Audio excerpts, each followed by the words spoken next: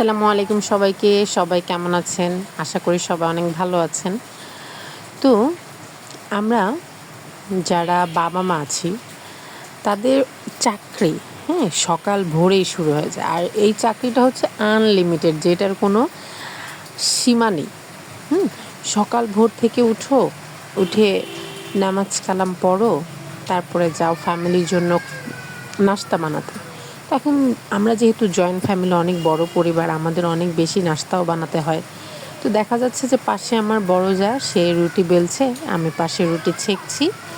আর সাথে যেহেতু তারা খাবে, তো দেখা যায় যে ডিমটা হচ্ছে কমন, ডিমটা তো থাকবেই, কিন্তু হচ্ছে সাথে একটা সবজি লাগে।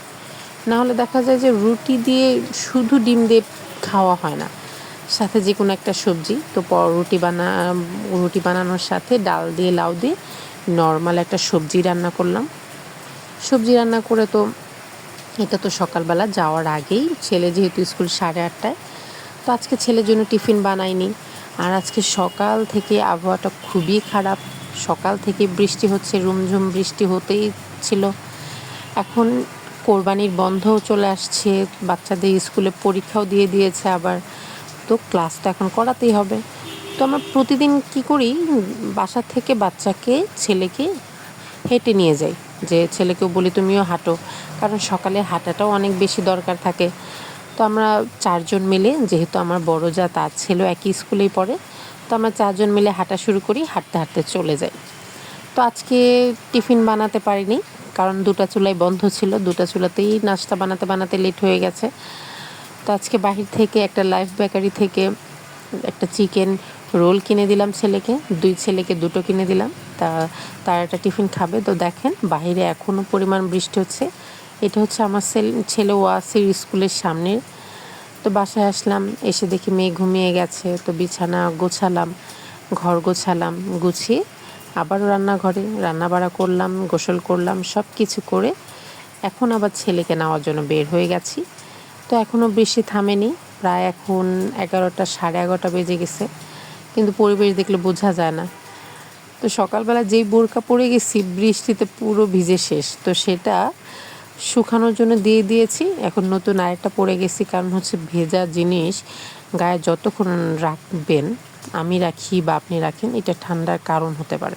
তো আমরা যদি মারা অসুস্থ হয়ে যাই তাহলে কীভাবে কি, তা চেষ্টা করবেন সবসময় শুকনো কাপড় পরার। তো এই যে আমার ছেলে, তার ক্লাসে কি হয়েছে না হয়েছে, তার একটা গান শিখেছে, সব কিছু বলছে, শোনাচ্ছে। তো আমরাও সুন্দর হাঁটতে হাঁটতে চলে আসছি ছাতা ধরে। তো বৃষ্টিটা একটু তুলনামূলক কম ছিল, যার কারণে হেঁটে হেঁটে চলে আসছিলাম। আর এই টাইমে এত পরিমাণ চাপ থাকে রাস্তায়, 12টার দিকে রিক্সা পাওয়া যায় না।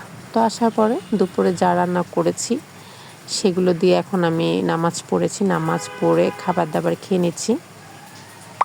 এর মধ্যে ছেলেকেও খাওয়ানো শেষ, ছেলেকে খাইয়ে দিয়েছি, ওর একটু পড়াটা দেখছে আর আমি খেয়ে নিচ্ছি।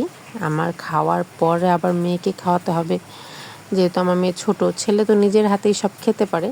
তো একটা কি, আমার ধারণা যে প্রত্যেকটা বাচ্চাকে নিজের হাতে খাওয়ানো শেখানোটা অনেক বেশি প্রয়োজন। তো শেষ, এখন বাজে প্রায় 3:30। তো এখন আবার ছেলেকে নিয়ে যেতে হচ্ছে। ছেলের আজকে ম্যাথ কোচিংয়ে পরীক্ষা আছে, তো ওকে নিয়ে যাচ্ছি, 2 ছেলেকে একসাথেই নিয়ে যাচ্ছি। ওরা 2 ভাই একই সাথে পড়ে, একই কোচিংয়ে দিয়েছি, ইংলিশ কোচিং বলেন, অঙ্ক কোচিং বলেন, সব জায়গায় একই সাথে। যেহেতু 4 মাসের ছোট বড়, তো ওদের মধ্যে বন্ডিংটা অনেক ভালো। তো ভালো